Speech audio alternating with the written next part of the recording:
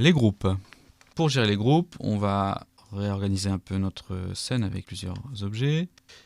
Alors, la gestion des groupes, elle va permettre de grouper des objets entre eux et de les considérer comme un seul objet lors des transformations en faisant Select and Move, Rotate et Scale. Donc, pour faire un groupe, ce qu'on fait, c'est qu'on sélectionne plusieurs objets. On va dans le menu Groupe et on va activer la commande Groupe afin de grouper les objets. Une boîte de dialogue nous demande de nommer le groupe. OK.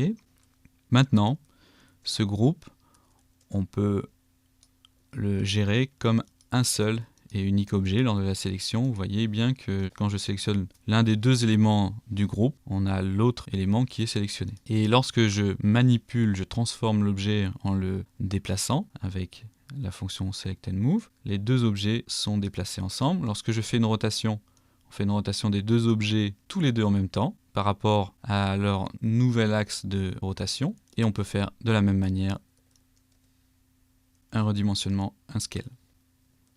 On va pouvoir aller à l'intérieur gérer les groupes. On retourne dans le menu groupe et on fait Open pour éditer les composantes du groupe. Par exemple, je peux déplacer un objet dans le groupe. On va serrer un peu plus les théières.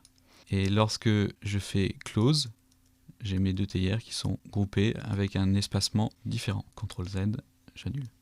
Je peux dégrouper le groupe. Donc je vais dans Group, Ungroup. Les objets vont être séparés. Donc ne sont plus groupés.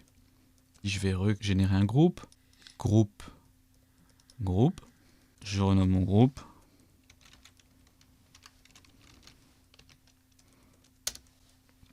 Donc si on va dans la fenêtre Select by Name, le raccourci H, on voit que mon groupe est listé, mais pas les composantes de ce groupe. Et on a donc la typote qui est à côté, ici, et le groupe. Et donc on ne voit plus que deux éléments dans le menu Select from Scene. On peut ajouter un élément dans un groupe. Alors pour cela, on a tendance à avoir le réflexe de prendre le groupe et d'essayer d'ajouter et d'attacher le groupe. Mais le problème, c'est qu'on n'a pas la fonction attache qui est fonctionnelle. Donc ce qu'on va faire, c'est qu'on va en fait faire l'inverse. On va sélectionner l'objet que l'on veut introduire dans le groupe et on va aller dans le menu groupe et on va utiliser la fonction attache. On va pouvoir maintenant cliquer sur le groupe dans lequel on veut intégrer l'objet.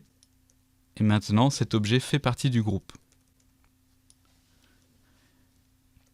Et donc, si j'ouvre le groupe, je vais pouvoir de la même manière faire l'inverse, c'est-à-dire sélectionner un objet et le détacher du groupe en utilisant la fonction détache.